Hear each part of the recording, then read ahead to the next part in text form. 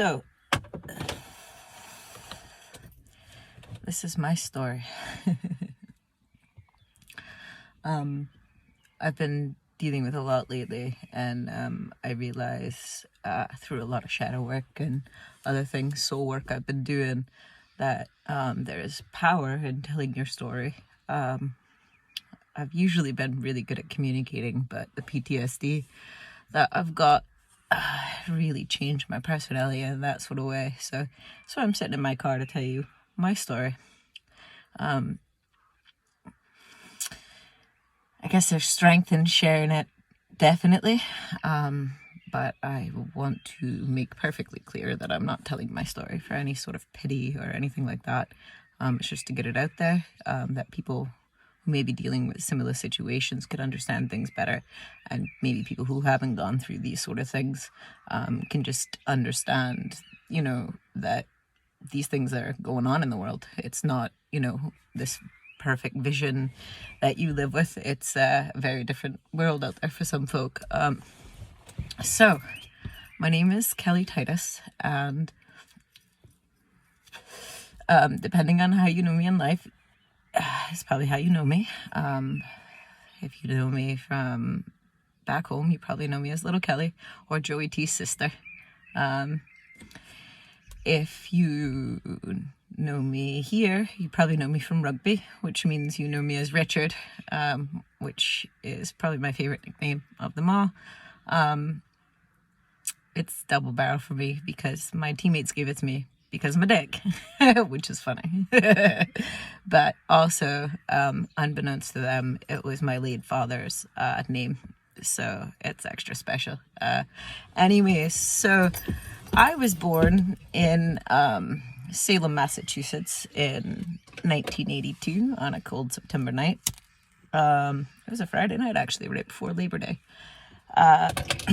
The story of how I came to that point was my dad was my mom's upstairs neighbor, and he was married and he had 2 kids, my brothers, Mike and Matt. And he had an affair with my mom, who was living downstairs, and she had my older brother, Patrick. So basically, my existence ended their marriage, and that sort of stuff. Which, as an adult, you realize, that sort of thing. And that's the beginning of how you came into this world. And you've got a lot of guilt for that, Well, if you're an empathetic human being, you would, because I understand what that effect had on my brothers, and his mother. I can't even imagine. I have nothing but empathy for that woman. So that's basically how I came to be. My mom was shagging her upstairs neighbor, and here I am. So, growing up, my mom was mostly sober. She didn't drink or anything really. She was just miserable. She battled, I know now, she battled with mental health issues. But at the time, being a little kid, you don't understand why mommy's just always angry all the time, never happy, never...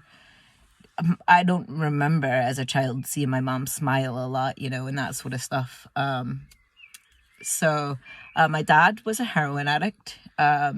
He was I always get funny looks when I say this, but my dad was actually the better parent.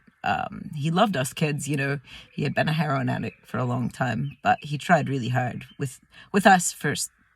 I can't say what he was like with my older brothers because I didn't live with them then, obviously.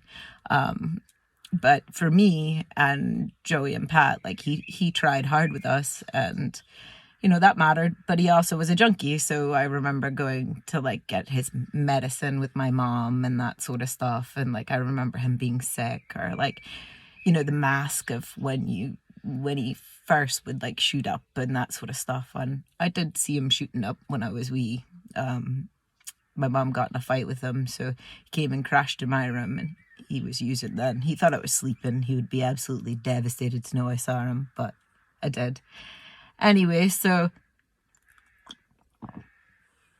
because of that situation, I grew up homeless, and in my early ages of life, we stayed in hotels and motels and campgrounds, and friends' houses and any place that we could stay. If we got kicked out, my mom would just come in and give us a trash bag and say we could take what we could fit in the bag, and everything else had to, stay behind. So for me, like, materialistic things has never been something that I hold on to. It's more people and the experiences that I have with them. And that started at a very young age because, of learning to let go of those things and not care about them. They've never been a real thing for me. I suppose it's just the way that I took it. Other people could obviously take it differently.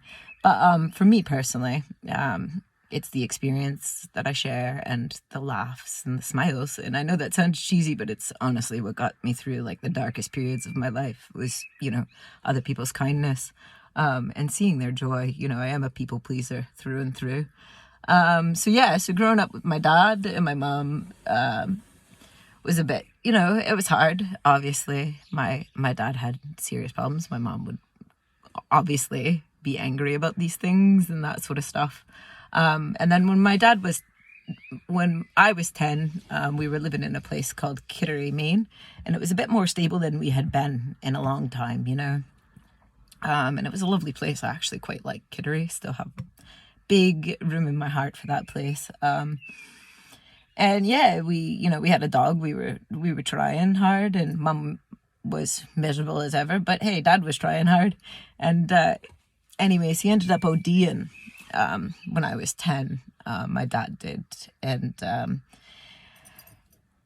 I've heard there's different rumors or whatever to how that story happened, or like how what happened to him happened. Basically he OD'd, and I'm pretty sure he was at my brother's house, but I mean, I can't be 100% because that's coming from my crazy mother. So I think he was at his ex-wife's house when he died, and he OD'd, which can only add to her trauma. Again, so much empathy for that woman. I can't even put it into words. Yeah, and I remember his funeral, and I remember being like, he didn't look like him. Like, it just didn't look like my dad. But I just remember looking around, and this was a very, very pivotal moment in my life where at my dad's funeral, there were literally like prostitutes. Like, you could tell who were prostitutes and stuff, like who his street friends were. But then like he had like the mayor of Lynn there, and like police officers and like stuff like that. And I was just like, that just spoke volumes to me on the type of man he was. He could sit with any sort of company and be okay, and get respect and earn that, whether it's the mayor or the police, who I'm sure arrested him on numerous occasions, but still had respect for him, still came to his funeral, and it's just like, to me, to be able to sit in any side at any table and break bread with anyone has always been my goal. And I think that was definitely because of that, because I saw that my dad could pretty much chill with anybody and was respected, so that just spoke volumes to me about his character. So after my dad died, my mom started drinking all the time. She drank all the time, which is to be expected, I suppose. You lose the father of your children. They weren't together at the time. She likes to tell people that, but they weren't. So, and at that point, when she became an alcoholic, she started neglecting us all the time. So she'd go out for weeks on a time and not come back. Me and my little brother Joey. My brother Pat went to prison when he was about 12 for shooting somebody in the face with a BB gun. So he was gone. Like, he wasn't there. And then it was just me and my little brother to fend for ourselves. So she would go away and not come back for like a long time, weeks. And as a little kid, that would be a lot. My brother's friends always helped us out, They'd go and get food or whatever, would let me crash at their houses. I mean, they were essentially teenagers raising us, but they knew nobody else was doing it. So they looked out for us, And again, that goes back to the reason I always look out for folk. Like, if I didn't have the charity and the kindness from folk, even at a young age, like other teenagers that knew that, we would have starved, then I wouldn't be here today. So for me, it's quite important to remember that, to be humble, and to remember that I needed a hand up many times in my life, and I will always try to be that hand up for anybody else when I can. So yeah, so my mum was gone all the time, which meant that, me and my brother were left to fend for ourselves. A lot of time we slept with like knives underneath our pillows or whatever, because you're little kids and you're scared, and your fucking whole life has been chaos. So it was, I suppose, a way to cope, but also a very sad way of living as a child, not experiencing the normal love and that sort of stuff. I don't remember my mom ever giving me like proper cuddles and stuff like that. I know like my little brother was very good at getting her to cuddle and that sort of stuff, I think, because he was the baby. And in these situations when you're dealing with like people like my mom who have mental health issues, obviously she had a golden child, she had, the scapegoat, and she, it's a normal toxic family upbringing, so yeah, so I don't know that I sat back and thought about it a lot as a child, like, oh, my mommy's not happy, you know what I mean? I just thought that I was the cause of it, or, and it just, I guess I internalized it a lot. When I was younger, I often hoped that I would have that my mom would be able to be my mom, but she never could manage, she was in and out of prison for a long time for DWIs. I think she's got like 13 driving under the influences, maybe even more. She's done a lot of time. So, and again, when she would go into, the county jail or whatever, she'd just leave us with the neighbors, like the Lovelies. Thank God for you guys, because you fed us fucking heaps of times, I would stay often with older friends of mine. I always hung out with older people. So like, Big Kelly and all them, and, they all looked out for us. And obviously, I looked for family and love in the wrong places. Being young, that's all I ever wanted was a family. I met my first husband when I was 15. He was 21. No, I was 16. He was 21. We're 5 years apart. Sorry. And, he promised me a family, he promised me love, and that's all I ever wanted. I wanted what I thought a family was from what I saw on the telly. And I know now as an adult that it's very, very different, and what your family is doesn't necessarily have to be blood.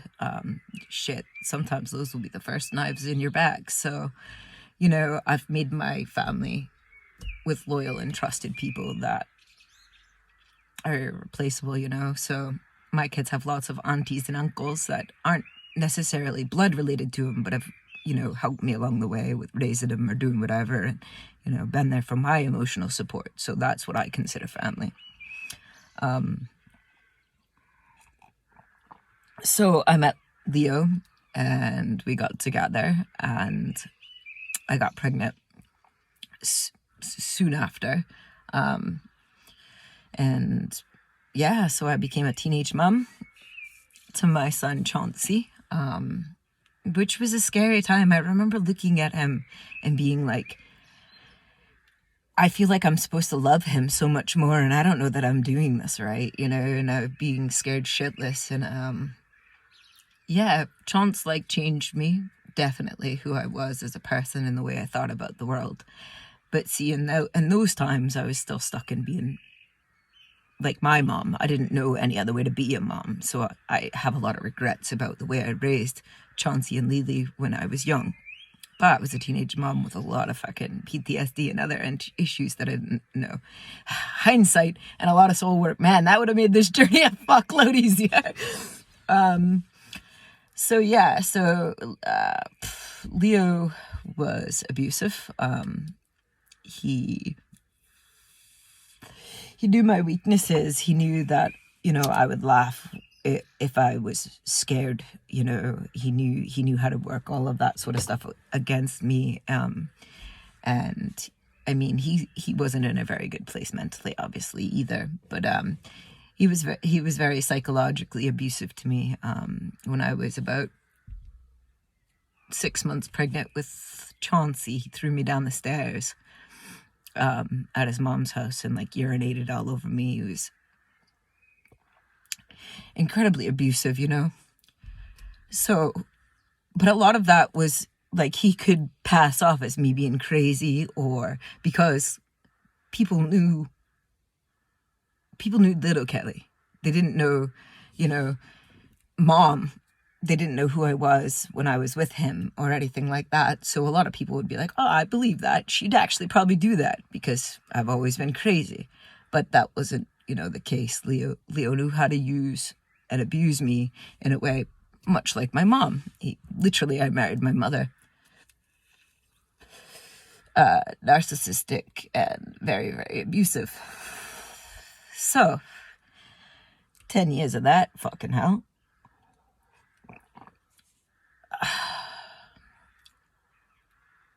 Those 10 years were wild. You know, Leo was a master manipulator, and he was a scam artist through and through. Like, he used to scam everybody in our neighborhood and like roll them or whatever. And I'd be like, dude, I don't give that man money to go to the fucking shop to get me bread and like milk. You know, he's gonna roll you. He'll roll me. I'm his baby's mother. You know what I mean? I'm his wife. I literally was his wife. Don't want to just say I was his baby's mother, you know. And yeah, he was a master manipulator, and people fell for it because he was cunning and he was charming, you know. Even my own family believed him, you know, which was hard. It took up a lot of strength to finally leave Leo, because I felt like I was obviously like giving up on what I had always dreamed of, which was a family, but I was also letting my children down. But I just woke up one day and just couldn't do it anymore, you know. It's like, this is gonna fucking kill me. You know, Leo got into coke and he was getting into more stuff that it wasn't where I wanted to be or where I wanted to go. His journey was just in a different way than mine, and I knew that our time had come together and it was ending, you know. So I just got up and I left one day, and I tried to make a bash of it. At that point, I got into law enforcement. So so this is an interesting story. So when I left Leo, I started volunteering for Rochester PD. Wanted to straighten my life out, you know, and make something of myself and help kids like me that grew up and just be a safe person. Because I remember having police that just didn't trust you, just didn't, you know. And I thought, yeah, you didn't grow up like this. You didn't see what we saw, so you're not a good, you know, person, a safe person for people like me and kids like me. So I wanted to be that person. And so I started volunteering because I had no education. You know, I got pregnant in my sophomore year and dropped out of school. Well, basically, they told me that they were worried that the other girls were going to get pregnant because I was pregnant. And so like it was going to be like a trend or whatever. So they didn't let me come back to school. But I did get my good enough. I will say that. I walked to school from Somersworth every day to Dover to get my fucking good enough just so I could tell my son I graduated something. I did do that. Anyway, so I got into law enforcement and I started volunteering over at Rochester PD after me and Leo split. And I made some lifelong friends there, definitely.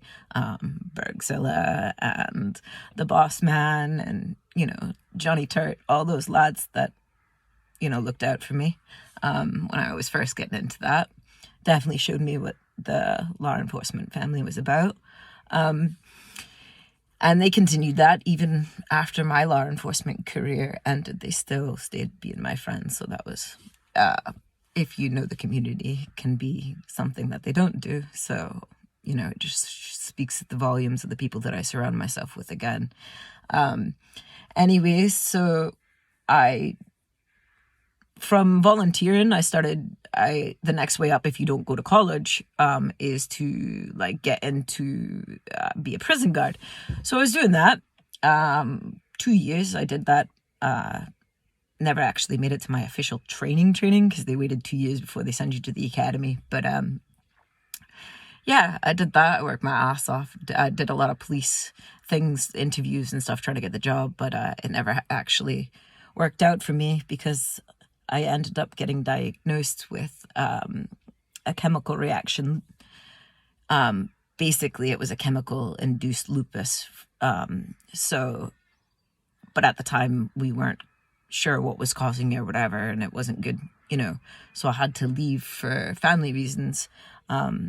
Anyways, there were some really pivotal moments in my life as a prison officer, in those 2 years, definitely. For me, being an officer in the town that, my family lived and stuff and my friends lived was quite hard.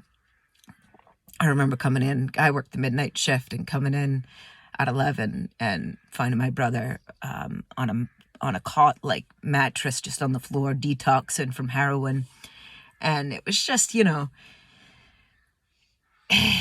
was hard, because so easily that could be me. I look at my brother and I see myself, and it was hard as to I guess differentiate between the bad and the good at that point. It was like so easily a simple mistake could get you into prison. So easily, poverty can get you in there.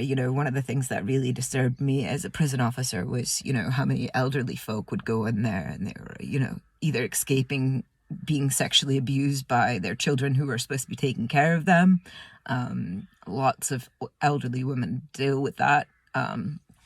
Also, or that they just don't have any money and there's nothing, so they have to steal to come in there, so they've got a safe place to sleep for the winter. And seeing that as an empathist was extremely hard for me. Seeing women that I know the system was systematically, set to hold back and oppress, and seeing them literally going through some of the hardest parts of their lives. And I don't know how I could not look at that empathetically. I don't know how I could not see them as human beings, which in that mentality and that mindset isn't the best, because it is a dog-eat-dog world in prison, I mean, there are actual criminals in there. It is an actual, it's a game. It's just everything. There's a whole mentality to that I couldn't explain. So there are people genuinely that do need to be in there. But for me, as an empathist, it was really hard for me to not see the good in people and not see the honest mistakes in what they done. Obviously, no fucking remorse for the pedophiles. Fuck them. But like the fucking people of the world that are in there for smoking some dope or getting a DWI. I mean, that's stuff that fucking anybody could get. So it was hard for me sometimes to separate. And it didn't work out for me, the law enforcement thing, obviously, because of the lupus and whatnot. I wasn't eligible. And that took a huge toll on me, when I finally, had to give up on that dream, because I thought that was what I was meant to be doing. I thought, that was my purpose in life. So it was really hard for me to give that up. But I did, because obviously life had other purposes for me, and when I got out of that, I just remember being in an extremely dark place, really, really bad place in my life. I had a failed marriage, a failed career, and I was, what was it, 2010? I was almost 30, at this point, so still quite young. Sorry, my memory is not the best, and neither is my maths, but I'm doing my best to recall this all. And again, I couldn't possibly put it all into even, a 4-hour video. It doesn't work. So I'm doing my best to kind of give you a basis of who I am and what my life's like and why I have the thoughts and feelings I do. So a mate of mine, me and my little brother, we were always really, really close. And his mates were basically like my mates. Like, I always considered them like my little brothers almost, they were a wee bit younger than me. So I always tried to look out for them. And obviously at that point I was, divorced with kids and all of that sort of stuff. So in a very different stage than my brother and his mates. But like I said, I always try to be like a big sister to them if I could and look out for them all. So a good friend of mine who I consider my brother, like, loved this kid to absolute death. Stewie, he got me my first job as a chef. So shout out to Dave Stewart. And yeah, so he got me a job as a pantry chef at the University of New Hampshire. And it was different. I mean, the people there were just lovely, and that's really when I got my love for cooking. And I mean, me and Joey T, like Joey T was in the kitchens before me, but like we always went out, and like we'd take our money, like where other people bought clothes and stuff like that, me and Joey T would go out and buy fucking, $90 sushi and spend our money like that. Like it always became, I think, because we lived so poorly for so long. I remember living in a homeless shelter, and all we ate was hot dogs for a year straight, like dead up hot dogs. I never wanted to have another fucking hot dog as long as I could fucking live. But so I think growing up with that sort of stuff, me and Joey T always kind of like, that was a luxury for us, obviously, and it pushed it. It became an art for us, and we would have our own little chef battles and watch fucking the Iron Chef Japanese, which is the only fucking acceptable Iron Chef ever. If you watch any of the other ones, Iron Chef Japanese is the only way, and Chen Kenichi is the best. Just saying. But so my brother really fueled and Stewie, and getting into that chef community really fueled my fire for cooking. It really it felt like somebody with absolutely no hope had hope. They had a chance of being something. You know what I mean? In a kitchen anywhere in the world, because I've traveled and I've stayed in place and spoke to other chefs as well, you always have a family. It's kitchen scum, but it's like, it's not what they show you on the telly. It's not these fancy dining assholes. Well, yeah, sometimes it is, you know what I mean? But not as, it's like the 1%ers, you know what I mean? In a real kitchen, you get mostly the grimy folk that have had a fucked up life. There's always a junkie. There's usually a tranny, and it's a good fucking time. Like nobody ever gives a fuck. Like we all crack jokes. You have thick skin. Everybody rags everybody. You know what I mean? And yeah, and that's where you get folks of all different colors and cultures and just fucking religions. Everything. It just breaks it down. Food breaks down that barrier. And I'm such a lover of that. When I traveled to Ireland, so after my law enforcement career broke down, and I had made some friends across the world in law enforcement. So I had a mate who's still a very guardian angel to this day to me. His name is Mick Duffy. And Michael is an absolute gentleman. He's looked out for me a very, very long time, over 10 years of my life. I think more like 15 now. Because it was like 2010 when we met. And so he invited me to come to his police memorial that he's just an amazing man. So he got a police memorial built for officers in Ireland because he had lost his best mate tragically on duty, died in the line of duty. And just Mick has that energy and that, presence of just safety when you're in his company, and I felt that even in conversations with him before I even met him. I knew I was going to be safe. So I said, fuck it, I got my passport, and I remember being the first person in my family to actually have my passport. And I said, fuck it, I saved up my money from cooking, and I went to Ireland for a summer. Well, no, I'm lying. The first time I went to Ireland, it was for 2 weeks. That's it. And I went to see Mick's police memorial, met some absolutely, absolutely lovely members of my tribe there. Christine and Heather and KJ and Dennis and all of them. I love you all. So, and Sue and everybody. Sai, they have been my guardian angels. I've met them all through the concerns of police survivors, and they've all been bereaved in one form or another. And when you you are in a room with people that have survived what they have survived, you can't help but soak in that energy and just be in awe of that strength and that, and that the ability to be weak in the way that they are as well, and to talk about it, and to I don't know how people could be around them and not be inspired. But anyway, so Ireland was amazing for me. I backpacked across Ireland, met some cool people down in Donegal, Patrick and BJ. I will always love you, and Kieran. I always remember my time there, and I'll definitely always have a pint for you lads. Anytime I drink a Guinness, I always think of you lads. And then I went down to Doolin, which was amazing, and I met another, again, guardian angel. I mean, Ireland has probably given me the most angels I could ever ask for. The Irish, I think it's just the Irish mindset. They're very forgiving. They always hold space.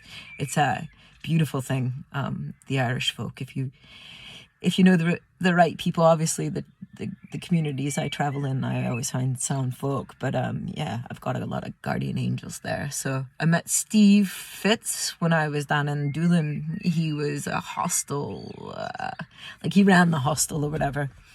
And I was supposed to be traveling more, and I ended up just holing up with him. And we watched rugby for 3 days straight. Munster. This is why I'm a diehard Munster fan. You see my little cup, the #1 supporter, Munster rugby. So I learned about rugby in Ireland. People always think I'm an Irish fan just because I'm American and I think I'm Irish. I'm not. I'm American. I know what the fuck I am. Actually, these days I'm Scottish, but,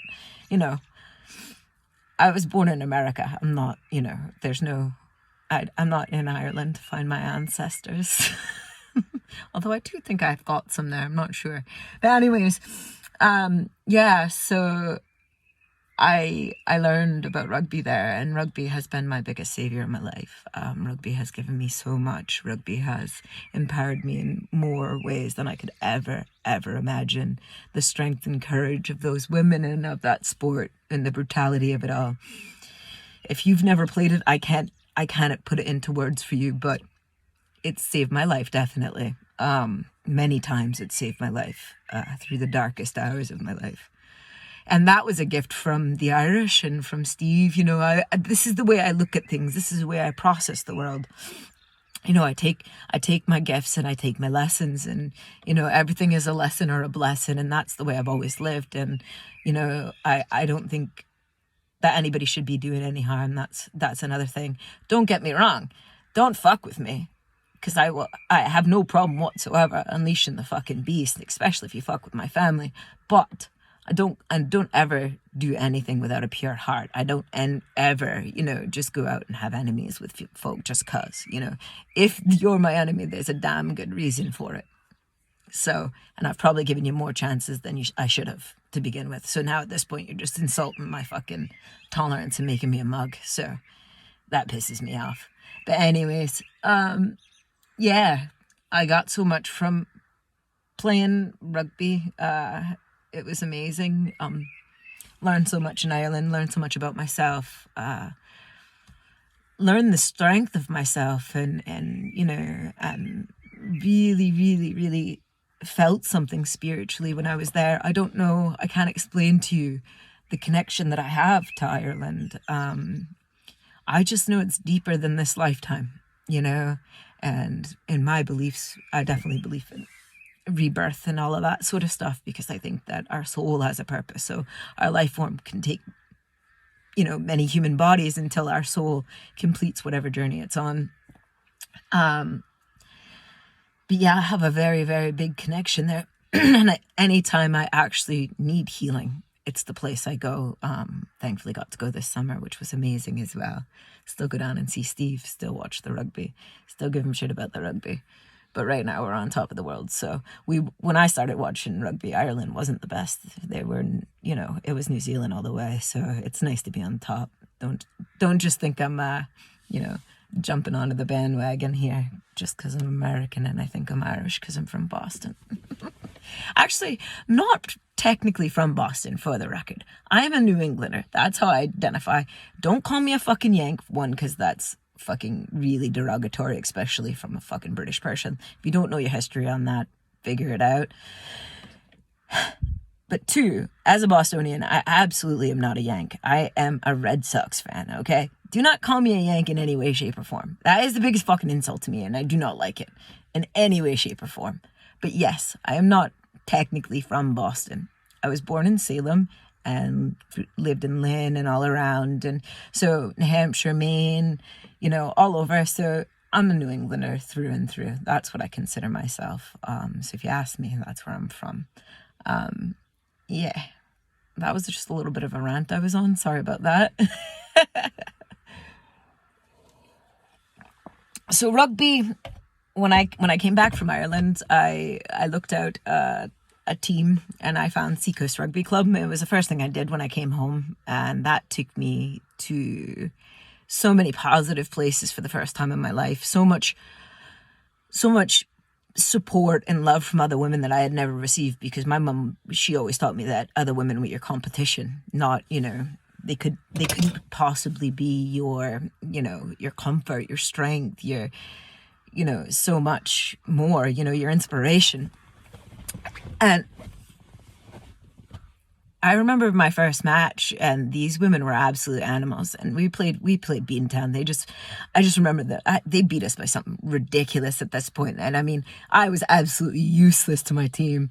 And I mean, people were just, they were like members from like the USA Eagles women's team. They were just absolutely bowling past us, you know.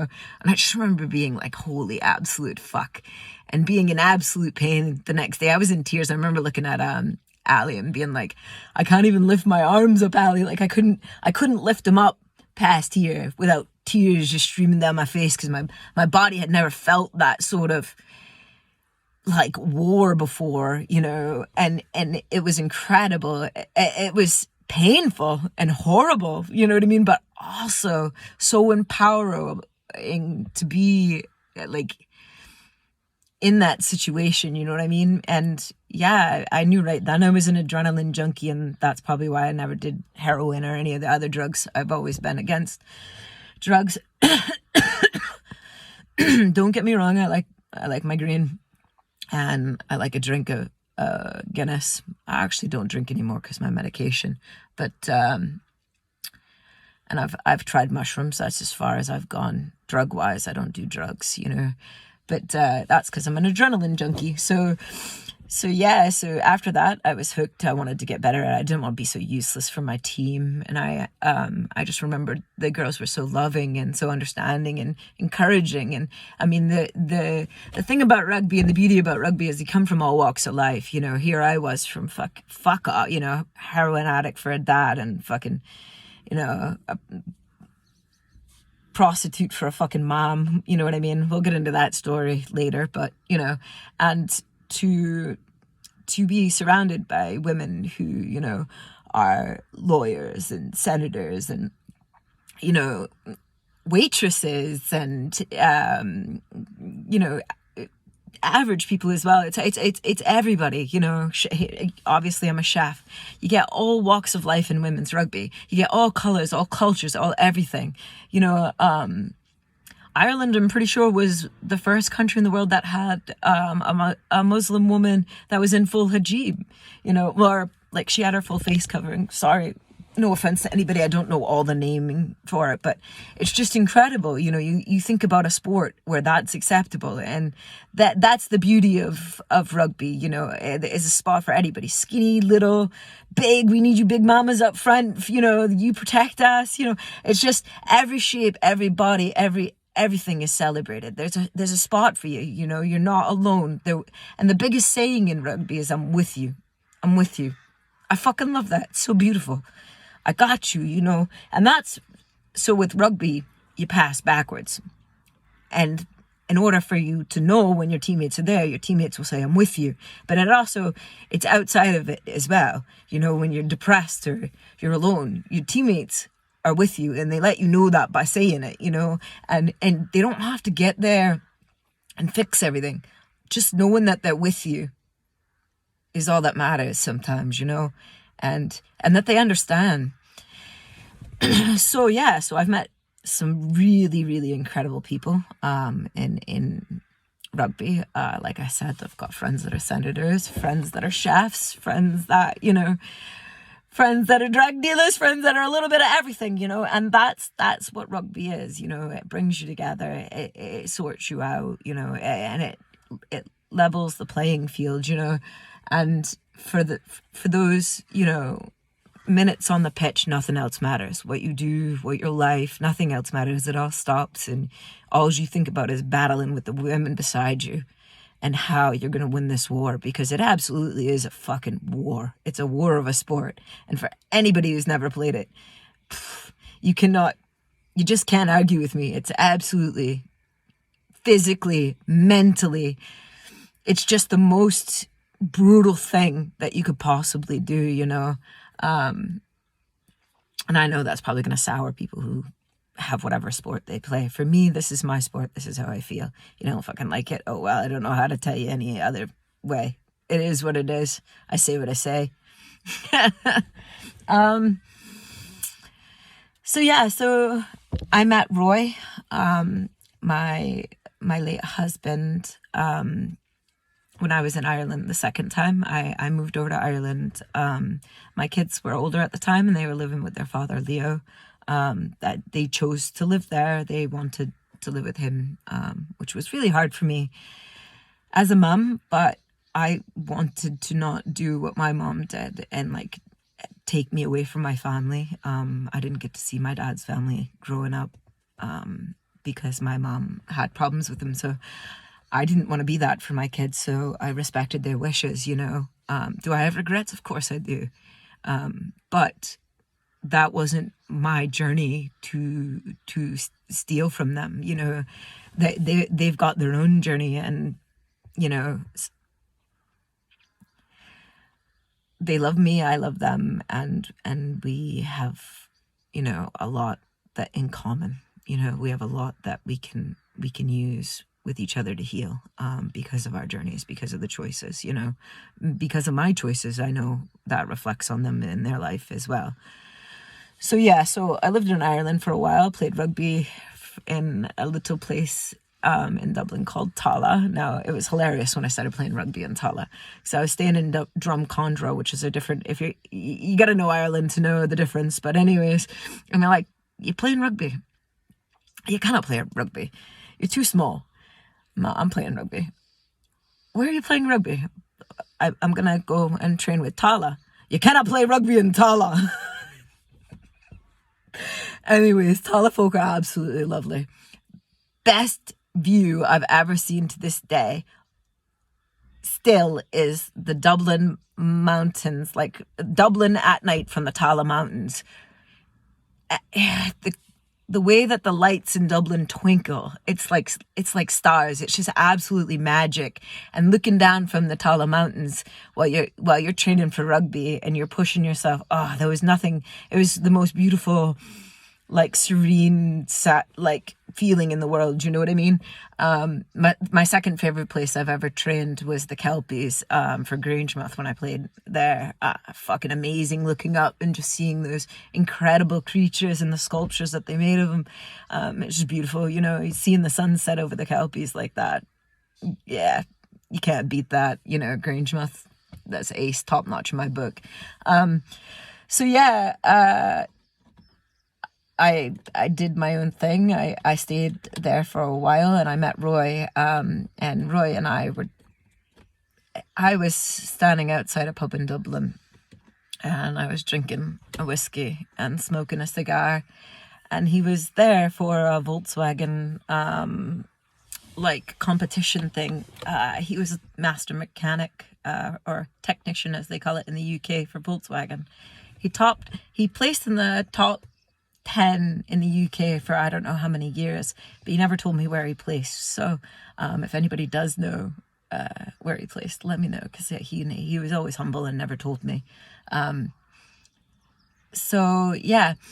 met him. He was walking down the street in a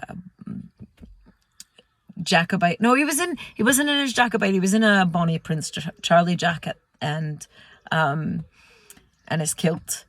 And one thing led to another. He said to me, he was like, I've never seen a woman smoking a cigar and drinking whiskey before. And I looked at him and I said, that's fine. I've never seen a man in a skirt before. And I just went back to drinking. And he was like, whoa, I gotta buy you a pint. So we became instant friends after that, you know. It was like we always had known each other. And yeah, eventually, after dating in a year's wait in America and that whole journey, which I could get into on another time again, it's not completely willing to share that piece of information right yet. But yeah, so after all of that, we came back here to Scotland and decided that I wanted to immigrate to Scotland and we'll start our family here. One, because it had a better support system, I felt, for families. I generally liked the Scottish mentality on, you know, like, you can go to college here for free. Like, that's incredible to me. You know what I mean? Like, there's so many benefits being here, and I'm not talking about benefits like of like taking money on the dole. I'm talking about like general benefits to make your life and to improve yourself into a better person here. That there's opportunities where you can climb up from the bottom. It's not like back home, you know.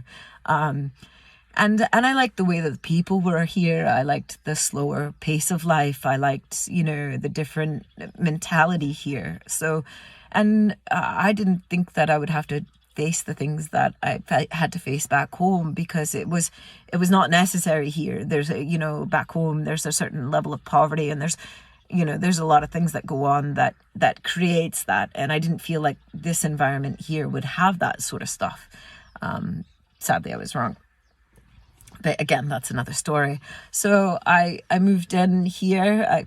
I came back in 2014 and married my husband, Roy, and I was pregnant with our son, Xander. And we got a few blissful years, gave birth to Xander, which was the most incredible day in Roy's life. You know, he absolutely loved being a father. He never thought he could be. So that was a huge thing for him. And then, I mean, he was in his 40s when he became a dad, so he really didn't think he could be a dad. And then along came Rua, my little demon child. Absolutely a mini version of both me and Roy's cheekiest sides combined. So yeah, she's my little firecracker. And we were happy, you know, for the most part. You know, we had normal coupled, like, marriage shit and that sort of stuff. But Roy loved me, you know, and he took the time to break through all those barriers that I had built up all those years, from my abusive mother, from my abusive ex-husband, from everything. You know, Roy broke those down for me. When I met him, I just thought love was for children and for cunts, you know, and he changed all that for me. He made it so that I didn't have to have a bag packed next to the door to leave at any given moment. He didn't make it where, you know, I felt, you know, unsafe. He was my protector. He was everything. He showed me how to love and that I could be loved. And those are the greatest gifts I've received yet, you know. But sadly, he was diagnosed with idiopathic pulmonary fibrosis in 2017. So 3 years after I immigrated legally to Scotland. By the way, I'm a legal immigrant here. He paid in upwards of over £10,000 for me to be here. He had expensive taste. I always tell him that if you're going to import expensive, maybe try not crazy and expensive. But, you know, he loved me. Anyways, must be his flaws. So he got diagnosed with idiopathic pulmonary fibrosis in 2017 when Rua was sadly 4 months old. So she never really got to know her dad. And it was fast and it was furious. From diagnosis to death was a month. that month was the hardest time of my entire life. Not only was I losing my husband, but I was losing my future and my safety. It was but the thing is, Roy and I always told him how much I loved him. Because of my loss that I had with my dad at a young age, I always expressed myself to him and told him how much he meant to me and what a good father he was. And all of those sort of things, you know. And so when you're sitting there and you're holding your protector, your savior, you're the heart of your family, and you're watching him die in your fucking arms.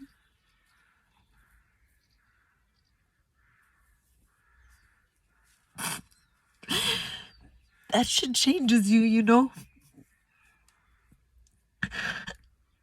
And I thanked him. I thanked him for everything he gave me. I thanked him for being a good dad and a good husband. I told him how much he was loved. And I thanked him for saving my life, because he literally took me out of fucking hell. And he did save my life. And we were in bloody England, and Roy was a Scotsman through and through. So I made sure that they put Amy McDonald on the radio. And Amy McDonald singing Caledonia is what Roy left this world to, in my arms and in total love.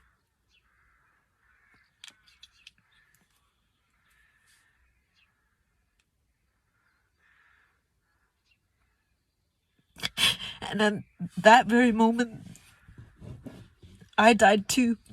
Who I was and who I thought I wanted to be all died with me.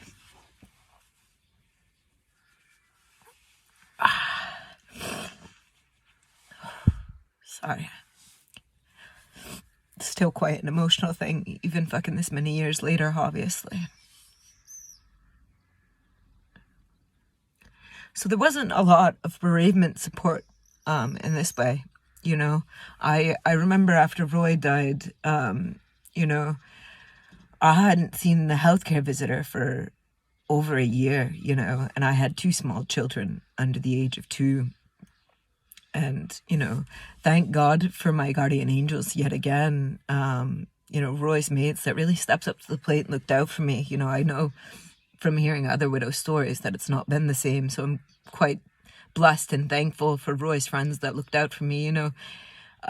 Bianca and Andy and Chris, fucking Chris, man. Chris and Bianca, I have so much love for those two. But yeah, it was a really dark period of my life, and I started to come out of it a bit. You know, I was working at Hawkos. I liked that. Shout out to my Hawkos boys. You know I love you. Also my protectors, also so funny, and my biggest supporters of my food. Thank you for always being my guinea pigs. Hoghouse lads, I love you. So yeah, so the Volkswagen community in general that Roy was very much tied to looked out for me, and I've got so much love for all of that. I think I'll always see that, even though, you know, it's a company and a brand. It's so much more. It's a family. And again, like rugby, I'm very thankful for those people and the souls that I met on the way, and that the journey, you know, that took me there. So because without that, I wouldn't have those angels that looked out for me, you know. I started playing rugby again right before lockdown, and I started playing for Huntley Rugby Club, which was amazing. Getting out there, it was really great. I had an amazing coach called Anna Newsom, and she used to let me bring my kids. You know, it was never a big deal. She knew my situation. I could open up to her right away. I always wore my heart on my sleeve anyway, so I'm always a very honest, open person, you know. I'm not gonna just tell you a lie because it makes you feel better. I'm gonna tell you the truth, whether it hurts you or not. That's who I am. And I found in Anna a very, very safe and, again, protecting spirit. So that was pretty incredible. And the women that I met there, again, I've got lifelong friends there now as well that are considered family. Me and Rebecca McBain, fucking hell, love that quine. She's not on Facebook, but shout out to McBain. We need to get, well, we can't get drunk because of my medication, but you'll get drunk and I'll have coffee and we'll laugh. So my kids, Xander and Rue, thankfully I had those, the rugby girls and rugby in a time where I had nobody else, when my husband had died and I had nothing and no one, and the NHS, they weren't actually helping me. I had no bereavement support whatsoever, and I still haven't to this day. The closest one was Aberdeen. There's not a lot for young widows. There's a lot for older widows, but nothing for young widows. In my situation, being 32 years old and widowed, So the rugby girls, they came in and they helped. While I trained, they watched him on the sidelines and kept him in line. And my kids grew up around women rugby players, basically watching them and stuff. So much so that my son didn't know that men played. So I get this funny thing is I take Xander down to Murrayfield to see the Scottish international players when he was about 3. And we go up in there and he's like, "Where's the women?" He thought that only women could play rugby. He had no idea that men could play. And I was incredibly proud because he'll never, ever, ever doubt the strength of a woman, especially a woman rugby player. But at the same time, I kind of felt like, "You're right, man, I got to show you that you can play as well." So that's when he started watching them all the time and learned the Flower of Scotland and all that. But yeah, until he actually went to an actual Scotland's international match, he didn't know that men could play rugby too. Which is a fucking belter. He's going to be such an ally for women, and women rugby players in general. I'm just so proud of him. And that's what I want to succeed as a mum, to make sure that my son's an ally for women and other men, and that my daughter's a safe place for women and for other men. Same for both of them, and that they're well-rounded and emotionally intelligent. I don't give a fuck about their finances. I give a fuck on their emotional intelligence and whether or not they're going to end up a fucking crazy ass like me because they're trying to process things that through a brain that's traumatized, or if they're going to be able to have the tools to function. So that's why I've tried to pull my shit together so I can teach them those tools. Every day's a work in progress. We're still working on it. But lockdown really fucked me up, obviously. Fucked a whole lot of people up. But it really, really affected me mentally, being a single mom, to not being able to get out to even Roy's family in the way that I used to. I used to be able to cook with Roy's mom all the time and that sort of stuff, and I wasn't able to do that anymore. And I really found myself going into more and more of a depression. I was able to get out and work eventually as a chimney sweep with Anna. Her and Mark gave me a job there. And I used to sweep chimneys with Stuart Corsa. So that's how I actually met Corsa. Everybody thinks we met at the rugby. He was putting in stoves and I was sweeping chimneys. Yeah, I met some really incredible people again. Anna, is a big healer. Unfortunately, at that time in my life, I lost my brother to a heroin overdose. So within a few years after losing Roy, I lose my oldest brother Patrick to an OD. And that situation, I wasn't able to go back and say goodbye to him. My mum and I don't get on, so I wasn't entitled to any of his pictures or like his ashes or any of those things. So I've literally not to this day got to say goodbye to my brother. And then after that, a year later, we got out of lockdown, but I was pretty much, my PTSD, unbeknownst to me, was in full force.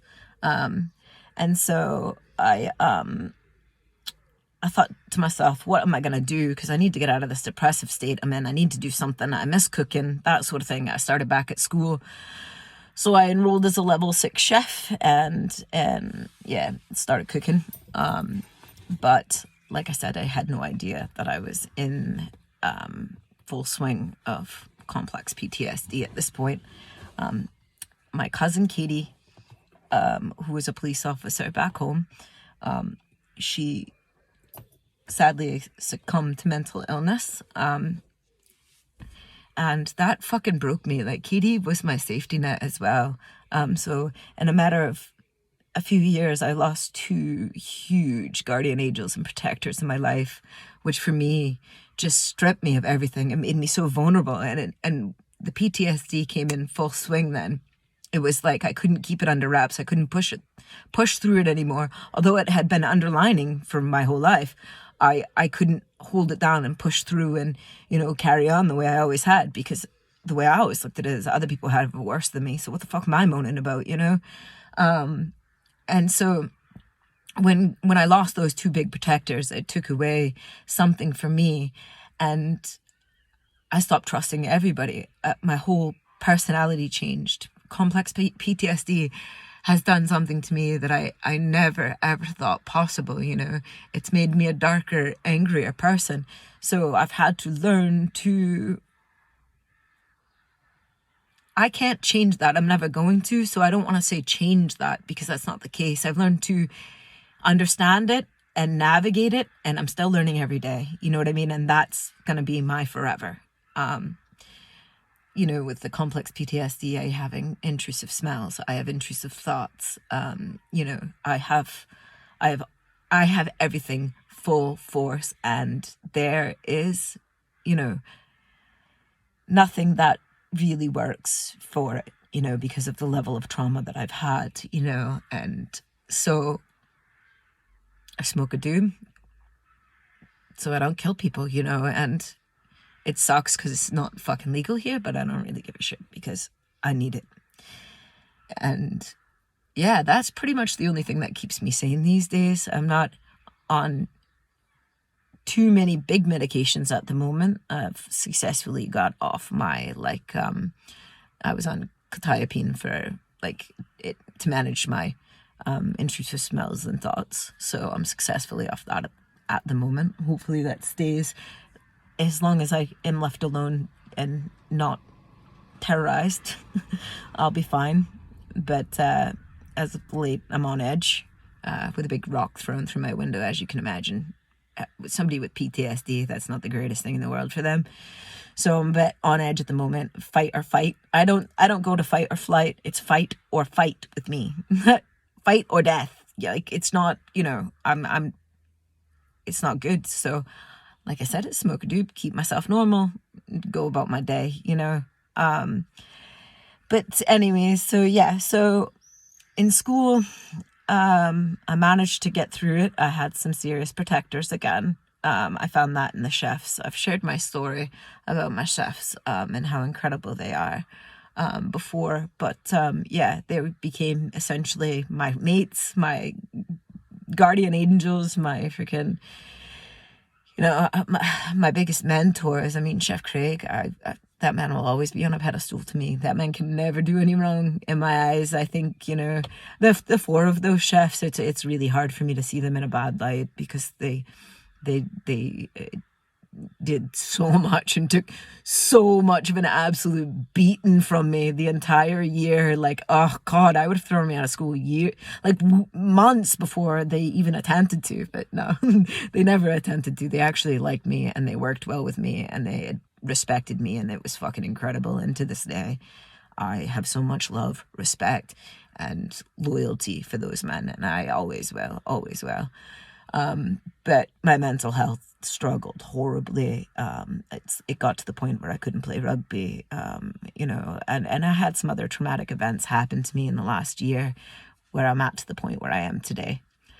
But so that's basically my story. in, I don't want to say a nutshell because it's been over an hour of your time. And I appreciate everybody for taking the time to listen to it. What I'm planning on doing is, talking to other immigrants, talking to other people, and basically saying what's on my mind. Honestly speaking, I want to talk to people. I have to talk to people, but I also want to get my story out there to maybe help anybody who's had a similar story, who needs strength, anything. Just I'm here, I'm with you, as we say in the rugby community, and yeah, I have dark days, I have light days, I have everything in between, but I'm here and I'm surviving and I'm not going fucking anywhere. No matter what anybody thinks, I'm here for the long run, so you're stuck with me, and only the good die young, baby, so you're stuck with me an extra long time. So be prepared. On that note, I hope that everybody has a good day, as good a day as you can have. Have a day, you know what I mean? And take care of yourself and try to find gifts in the small things. I'm going to be doing some more videos, and this is going to be my way of communicating from now on. I'm not going to be using my regular Facebook. I'm going to do videos and talk about issues and things that are going on, because somebody needs to start talking about this shit, because somebody needs to start talking the truth and stop the silliness and filtering ourselves, and we need to put out some genuine energy and love and just transpire good minds together. You know what I mean? We need that. This needs to happen, and that's what I'm going to start putting out. I'm going to start putting out good energy every day. I'm going to start talking about shit and getting this shit out there and helping folk and making fucking life better for me, for you, for anybody I can, even if I just help one person. That's what this is going to be, and this is the energy and the like everything that I'm going to be putting out as of right now. I'm putting everything into this, and I'm going to be talking about a lot of tough topics, a lot of things that maybe you don't know about, you know what I mean? Multicultural things as well.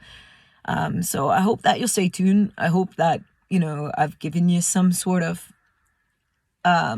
peace in your day, and knowing that there's somebody else out there like you, and you're not alone. We're always under the same stars. And if you need somebody to talk to, it might take me a while to get back to my text messages because I forget, because complex PTSD got me forgetting everything. But and sometimes I'm just a dick. I protect my energy as well.